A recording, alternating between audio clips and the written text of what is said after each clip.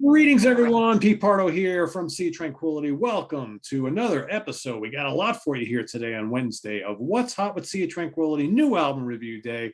And of course, we've got here, as you can see, in the co-captain's chair, Mr. Rick LaBonte from the Great White North. What's happening, Rick? How you doing, my friend? Doing good, doing good. Man, Good. there's so many new albums coming out lately. It's like I know. my mind. I don't have enough time to listen to half the stuff that's coming out, but have had this one for a little bit, as you have as well. Yes. And it's always great anticipating a new Joe Bonamassa album. And this particular one is called Time Clocks, and his 15th studio album. Jeez. Yes. 15, hard to imagine. I mean, not to mention 18 live albums. Yeah, I mean, he's not, he's not an old dude. This guy, he's like, way younger than me. I think he's in his early 40s, and he just like pumps out studio album after studio album. Like usually, there's like a live album or two in between each studio album, which is crazy. Yeah. Yes, on other people's albums, and he does albums with Beth Hart, and it's like, how does this guy find the time? And he's always on the road. And the Black Country Communion. Every couple of years, right? Yeah, exactly. Yeah, like, wow. Yeah. So again, produced by Kevin Shirley, who he's worked quite a bit with in recent years. And this is out on J&R Adventures, which I believe is his label, if I'm not mistaken. North America, Provog in Europe and whatnot. That's the other label. But what do we got here? 10 tracks. Yep. Pretty bluesy album, I think, as are most of his albums. Well, he's contemporary blues, but he doesn't just do the 12-bar blues. He's doing a little bit of everything mixed in with Americana, a little bit of country vibe and certain things. But for the most part, yeah, his blues is in his DNA, but he's a contemporary artist. He's not doing just recycling. He is inventing stuff. Like sometimes you got some bridges in here. There's no one put the bridge in blues songs, like, right? But he does. So he's pretty creative in that way. Yeah, I mean, he's got I think he's got a penchant for writing, pop hooks, right? But he's a student of the blues. He's a student of classic rock as well, which I think is kind of cool. Yes. And he's able to put together songs that are very accessible. I think one of the things I've noticed about, and I got all this stuff, and I've been listening to him for years. And I think, especially earlier on in his career, he was more going for a guitar hero type of thing. So Yep. Most of his albums were very much for guitar players and people who appreciate, guitar heavy music. Not that his albums were heavy. What I've noticed here, and I think on the last couple of albums, is he's using a lot of different influences and different types of elements in his music. And as such, these albums are becoming more like rich musically, less about guitar and more about the song. And I was going to say that. Exactly. Because he did start like that. Like you think about it, he was like the Kenny Wayne Shepherd and the Johnny Lang. Everybody was after Stevie Ray Vaughan, where he made his mark. I mean, the guy was discovered by B.B. King. He was a young kid, played on stage with B.B. King. Yeah. So needless to say, he had a career where they were trying to make him the next gun hero, but he was also, after these amount of albums and working with Kevin Shirley, who is influencing the song. He's not only behind the console, he gets songwriting credit for a lot of these records. And so they're working together and probably in a very artistic way where they can express a lot more. So you're right, it's becoming more about the song, more about the attitude of the whole album. I mean, look at the artwork. It just speaks volumes about the amount of detail. It's just not your typical blues thing. It's more of an artistic statement. Yeah, incredible lyrics. Yeah. Yeah, all the lyrics, a lot of great artwork on here. I mean, you look at this album and it almost seems like it'd be like the booklet here, it's like a prog or a prog metal album. Not that I was going to say that. All like that, but other than like this kind of brief little drawing there, which could be Joe walking with his guitar off into the distance. Yep. No photographs of Bonamassa all over this, holding his guitars and stuff like that. And the songs themselves, I think the the relationship he has with Kevin Shirley, I think you hit the nail on the head. It's very influential in what's on these albums, because I mean, here he's got a great band. I've seen him live in recent years. The band is Me too. For this tour, Yeah, oh, there you go. Yeah, yeah, yeah, I saw it for that tour, and what a great band. yeah. I mean, just I'm gonna go through some of the. So Yeah. of course you got Anton Fig, who plays drums on pretty much a good chunk of the album. You got Bobby Summerfield on keyboards. You've got Stephen McKay on bass. You've got Lachey Doley on piano. I'm trying to think of who else here. There's a lot of other people here, and then you've got Juanita Tippins and Prinny Stevens on backing vocals. And I think that's where this album to me is a little bit different than the ones that came before, because I think the backing vocals play a huge part in these songs. There's so many female vocals on this album that I think it lends an almost, it's very bluesy, but there's kind of like a gospel type Soul. of it's soulful feel to this Yeah. whole album. And again, I've seen these two ladies play with him live, and they're great singers. And yeah, it's just I mean, there's what is it? Notches is like the first big true track on here. You got That's right. Bluesy Pilgrimage opening up, and I like that there's like it's a good hard rock tune. It's got like a little Zeppelin-y flair, but it's got its blues throughout the whole thing. Lots of guitars, but it's not like blues shredding, which no, but it was a great opener. Yeah, like it would be great opening to a set. And you know what? It's almost that's something that he could have brought to the table to Jason Bottom and Glenn Hughes and the boys. Could have sounded like it could have been something he would have keep. Well, it looked for not making an album at the time. We working with Dead Daisy, throw it on my own album, but could have had that kind of hook. Exactly. I like that. I agree with you. Yeah, there's not a lot of those. I mean, there's a couple of them, like Notches is one. I think Curtain Call is another. Curtain Call is another one. That had that Zeppelin vibe to it. Yeah, that's got the Black Country feel as well. No doubt. More importantly, there's a lot of good, like melodic, like catchy bluesy numbers, like The Heart That Never Waits is one. Yes. Big backing vocals on that one from the ladies. Mm-hmm. The Time Clocks. Time Clock. I love how that goes, how it kept evolving and all the dynamic. It takes you up like a big orchestra and then bring you down. So you're constantly listening to everything from the little acoustic passage to the organs part in it. And then he brings back his guitar. And one thing I love about Kevin's work, because I do like his work. I like his work with Iron Maiden and the Black Crowes that he did with Being By Your Side. And I like with that Journey album that you talked about, he did a lot of great, I love his work. And man, I would love to have him touch my songs, man. He makes them sound like they're live and so big, and the guitar is so rich. I love the tones of Joe's guitar. And so every song was really high-end production. Like it was not one, you know what I mean? It was like, they didn't miss nothing. Even when you get into questions and answers, how the dynamic between what it starts off, what you think the song's going, and then they take it over here, and then they take it over here. Pretty creative. I mean, it's not no 12-bar blues. It blues element because the feeling in there, the soulful guitar playing, the dynamic of blues, but it's really original music. It's really, I think that's what we're seeing a lot out of this last few albums, is that he said, hey, I've done a lot to tip the hat up to the greats, but I'm going to take what I can get, put it into one big stew of all kinds of things that I learned on the way. And I got these awesome players to make that happen. Yeah. And then, and Kevin can capture it. And he's also penning how this is going to come out. Yeah. And I think like the last couple albums, there was a healthy funk element and a healthy like big band jazz thing going on underneath.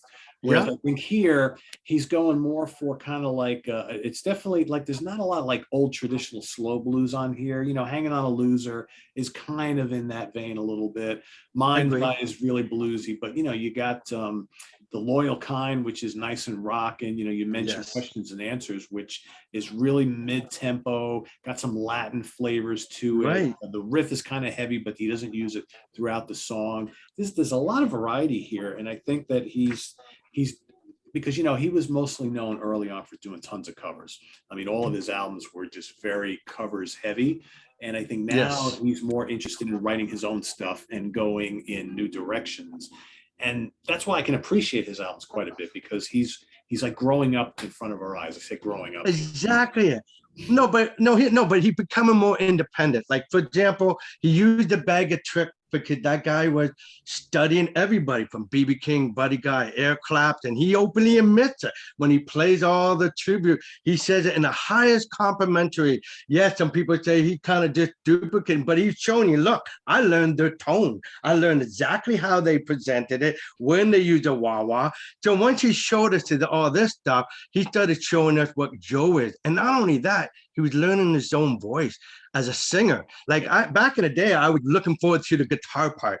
Okay, singing. Okay, wait till the guitar part. But I'm looking forward to the singing as well. That became just as important as the guitar craft of him being expressionist and able to sing those powerful songs that he is definitely doing today.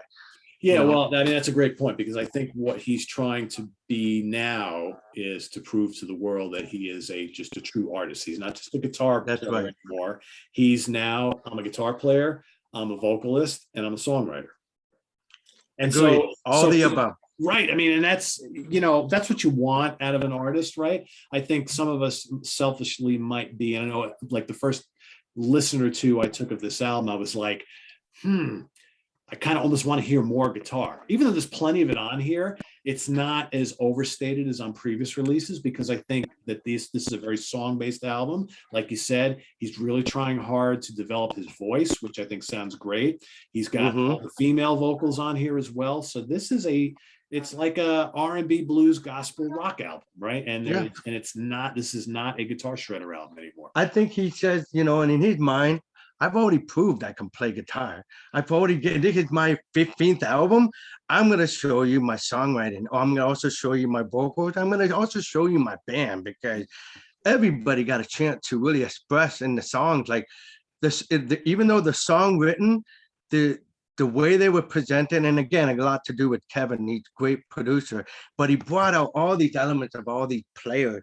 Like, I'm sure they can't wait to play this stuff live. Like, it's something to look forward to. You a drummer, a bassist, a piano player, the girl, the female vocalist, they got a lot to look forward to touring this album. And because it's so much spotlight on his band as well as the song. Yeah, and I'm sure a few of these tracks live, they'll stretch out a little bit. Oh, I'm sure. Turn into, I mean, I can think of off the top of my head, like Known Unknowns, the last track on the album, which is pretty long as it is. That you could see them going off and doing some extra solos and things. Or Mine Eye. Mind's Eye. Yep, yeah, exactly. So I mean, I dig it. I think it's good. Again, it's one of those albums I think is going to continue to grow with me. I think most of his albums are they're slow builders. Like, each time you listen to it, you hear more things going on there. This is not straightforward, just running. I mean, it's accessible, but it's the kind of thing, like, you don't memorize the title of the songs yet. You just think about the mood that you but before you know it, we memorizing the song titles, like Time Clock, the title track of this. It's an amazing song. And I think they were really proud. I'm sure they were, after the end of the game, after this is done and sending mastering tape and going out to the world, they can say, hey, we left a good product. I mean, there's a lot to be proud of that work. There's no question about it. Yeah. So good stuff. So if you had to give it a rating, what would you do? Well, because this is what I expect out of Joe by this period, right? I mean, I'm not getting no ground chicken, something new as far as, oh man, I am getting more impressed that he is doing what we just talked about, because I got enough share of Joe's stuff. So I give it a real high rating. I mean, because I wasn't disappointed at all. I loved it. I think I'm more impressed with the production as well. It's so ear candy.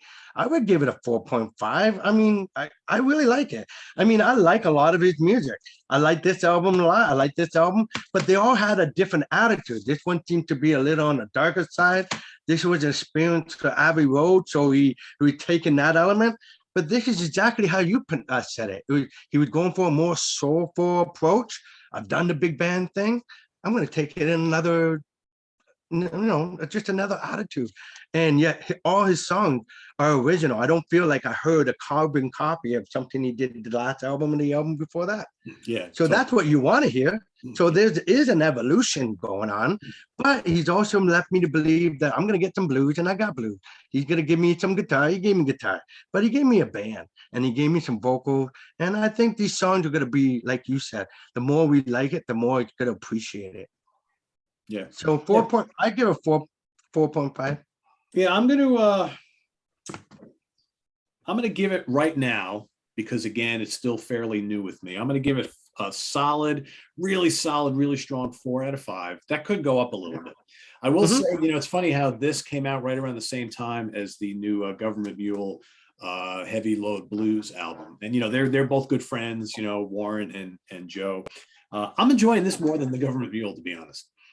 Well, you know what? I think why I gave it such a high rating, because I thought he was going to start to plateau for some reason. I don't know why, because they're all different. I just thought, okay, I might be getting, but he never ceased to amaze me. He did come up with something organically awesome. And I want to say, Kevin, Joe, if you guys are listening to this, we're proud of you, what you're doing. Keep it up.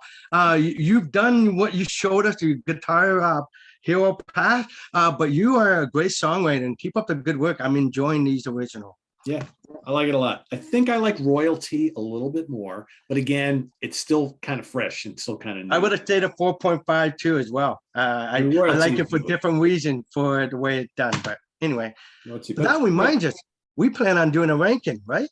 That's right. So yeah, so I have been talking about doing a ranking the album show of Joe Bonamassa for a long time, but it's hard with some of these contemporary artists, especially guys like Joe, who release an album like every year. So it's like, you do an album ranking and then you turn around, he's got another new album out. So that's why I've been kind of waiting. I knew this was coming out eventually. So now that this I'm glad we did. We're going to do our top 10 favorite Joe Bonamassa albums. So that's coming up over the next couple of weeks. So everybody stay tuned for that. So 15 albums is lots to choose from.